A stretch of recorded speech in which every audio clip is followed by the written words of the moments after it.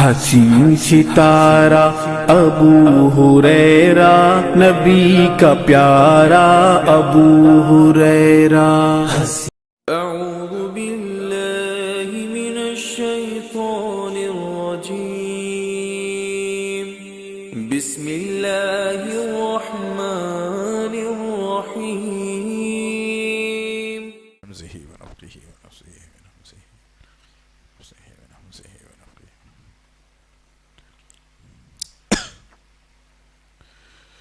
ان الحمد للہ نحمده ونستعینه ونستغفره ونعوذ باللہ من شرور انفسنا ومن سیئات اعمالنا، من یهده اللہ فلا مضل له ومن یضلل فلا هادی له، واشهد ان لا الہ الا اللہ واشهد ان محمدا عبده ورسوله، اما بعد فإن خير الحديث كتاب الله وخير الهدي هدي محمد صلى الله عليه وسلم، وشر الأمور محدثاتها وكل محدثة بدعة وكل بدعة ضلالة وكل ضلالة في النار۔ قال الله تعالى في القرآن المجيد: أعوذ بالله السميع العليم من الشيطان الرجيم، بسم الله الرحمن الرحيم۔ يا أيها الذين آمنوا ادخلوا في السلم كافة ولا تتبعوا خطوات الشيطان إنه لكم عدو مبين۔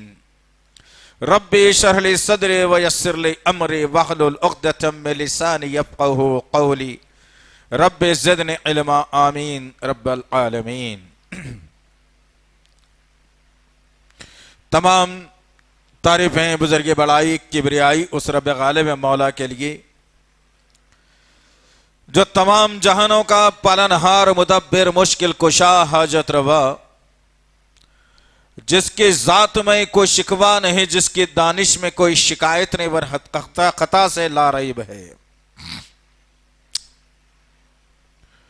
درود و سلام محبت وحی کتاب حکمت کے مالک صاحب تاج والمعراج و براق صلی اللہ علیہ وسلم پر سلام، اس پر کہ جس کی چاند تاروں نے گواہی دی، سلام اس پر کہ جس کے سنگ پاروں نے گواہی دی، درود اس پر کہ جس کی زندگی رحمت ہی رحمت ہے، درود اس پر کہ جس کا تذکرہ عینی عبادت ہے۔ اللہم صلی علی محمد وعلی آل محمد کما صلیت علی ابراہیم وعلی آل ابراہیم انکا حمید مجید۔ اللہم بارک علی محمد وعلی آل محمد کما بارکت علی ابراہیم وعلی آل ابراہیم انکا حمید مجید۔ برادران اسلام اور پس سے پردہ سننے والے اسلام کی معزز سموت و خواتین، یہ اللہ کا بے پناہ فضل اور کرم احسان ہے کہ اللہ وحدہ لا شریک لہ نے مسلمان گھرانے میں پیدا فرمایا۔ اللہ کا شکر و احسان ہے کہ اللہ وحدہ لا شریک لہ نے مایا ناز کتاب جس میں ذرہ برابر شک و شبے کی گنجائش نہ ہو، کلام اللہ قرآن مجید ہمیں دی۔ اللہ کا شکر و احسان ہے کہ اللہ وحدہ لا شریک لہ نے محمد صلی اللہ علیہ وسلم جیسا نبی اور رسول ہمیں عنایت فرمایا۔ اللہ کا لاکھ لاکھ شکر ہے کہ اللہ وحدہ لا شریک لہ نے آج کے اس پرفتن دور میں حق کو حق اور باطل کو باطل کہنے کی توفیق سے نوازا۔ اللہ کا شکر و احسان ہے کہ اللہ وحدہ لا شریک لہ نے شرک جیسی غلاظت سے، بدعت جیسی نحوست سے ہمیں بچا کر رکھا۔ اللہ کا شکر و احسان ہے کہ اللہ وحدہ لا شریک لہ نے محمد صلی اللہ علیہ وسلم اور صحابہ اکرام کے نقش قدم پر چل کر جنت کو حاصل کرنے والا بنایا۔ عزیزان محترم، وقت اور حالات، جو نصیحتیں، جو درس، جو سبق اس امت کو دے رہی ہیں، اس سے امت غافل ہے۔ جب اسلام اس دنیا میں نہیں تھا، اسلام کی پہچان نہیں تھی، ایک اللہ کو ماننے کا طریقہ نہیں تھا، کسی ایک لیڈرشپ کے ذریعے سے چلنے کا سلیقہ نہیں تھا، وہ اس طریقے اور اس سلیقے کو میرے اور آپ کے آقا محمد صلی اللہ علیہ وسلم نے اللہ کے حکم سے اس انسانیت کے سامنے رکھا۔ اور وہ قوم جو 360 بتوں سے کعبے کو سجائی ہوئی تھی، 7 بڑے بت بنا کر ان کو ذریعہ بخشش کا بنایا ہوا تھا، اور جن کے پاس بات بات پر تلواریں نکل جایا کرتے تھے، جو قبیلہ طاقتور ہوتا وہ نرم قبیلے پر ظلم و زیادتی کر کے اپنے اقتدار کو برقرار رکھنا چاہتا تھا۔ یہ تمام وہ حالات تھے اس وقت کے جب اسلام اس سرزمین پر نہیں آیا تھا، نہ کرۂ ارض عرب میں آیا تھا، نہ لوگ محمد صلی اللہ علیہ وسلم کی شخصیت کو جانتے اور مانتے تھے، نہ جن کے درمیان میں اللہ کا کوئی قرآن موجود تھا، نہ حکم کوئی موجود تھا۔ ہر شخص اپنے اپنے جاننے اور ماننے والوں کے طریقے کو لے کر چلتا تھا، اپنی مرضی کے مطابق زندگی گزارنے پر آمادہ تھا، اپنی مرضی کے مطابق عیدین کرنے پر مجبور تھا، اپنی مرضی کے مطابق تجارت کرنے پر مامور تھا، اپنے مرضی کے مطابق سلیقہ زندگی وہ گزار رہا تھا۔ اس کے پاس یہ نہیں تھا کہ رب کیا کہے گا، اس کے پاس یہ نہیں تھا کہ رب کی پکڑ کیا ہوگی، اس کے پاس یہ نہیں تھا کہ رب میں یہ کروں گا تو کیا کرے گا، اس کے پاس یہ بات نہیں تھی کہ کل میں مر کر جی اٹھوں گا، اس کے پاس یہ بات نہیں تھی کہ جی اٹھوں گا تو مجھ سے کس بات کا حساب لیا جائے گا، اور اس کے پاس اس کو یہ نہیں معلوم تھا کہ نامہ اعمال سیدھے ہاتھ میں ملے گا تو کیا ہوگا، بائیں ہاتھ میں ملے گا تو کیا ہوگا۔ اسے نہیں معلوم تھا کہ پولیس رات پر سے کیسے گزارا جائے گا، اسے نہیں معلوم تھا کہ جنت کی خوشخبریاں کیا ہوتی ہیں، جہنم کی ہولناکیاں کیا ہوتی ہے۔ اسے نہیں معلوم تھا کہ آپس کے جو رشتے ہوتے ہیں اس کو کیسے نبھایا جائے۔ انسان نہیں تھا بلکہ وہ بدترین حالات کا شکار ہو چلا تھا، اور ہر شخص اپنی مرضی کے مطابق زندگی گزارتا جا رہا تھا۔ ایک دن 2 دن کی بات نہیں تھی عزیزان محترم، 570 یا 72 سال کا عرصہ گزر چکا تھا، اس لیے کہ عیسیٰ علیہ السلام جب تھے دنیا میں تو انجیل کے قوانین کو لے کر انسانوں کو رہبری کر رہے تھے، اسی رہبری کے تحت انسان اپنی زندگی گزار رہا تھا۔ عیسیٰ علیہ السلام کو جب آسمان پر اٹھا لیا گیا، اب اس کرۂ ارض پر انسانیت کے لیے کوئی رہبر نہیں تھا، کوئی رہنما نہیں تھا، کوئی اچھی بات کی طرف بلانے والا نہیں تھا، کوئی برائی سے روکنے والا نہیں تھا، ایک اللہ کی پہچان کرنے والا نہیں تھا۔ ان حالات کے اندر یہ انسانیت اپنی زندگی کو گزارتے چلے آ رہی تھی، لیکن اللہ وحدہ لا شریک لہ نے اتنا بڑا کرم، اتنا بڑا فضل، ایسی رحمت سے اس زمین کو نوازا، انسانوں کو نوازا، جس کا نام نامی اس میں گرامی محمد صلی اللہ علیہ وسلم ہے۔ ایک برگزیدہ شخصیت کو اللہ وحدہ لا شریک لہ نے مکے کی سرزمین پر اتارتا ہے، بھیجتا ہے، جس کو پیدا کرتا ہے سرزمین پر۔ آمینہ کی کوکھ سے آتے ہیں، عبداللہ کے جو جس کا باپ کا نام کہلاتا ہے، یہ شخص بڑے ہی عجیب بہترین عمدہ خاندان کا تھا۔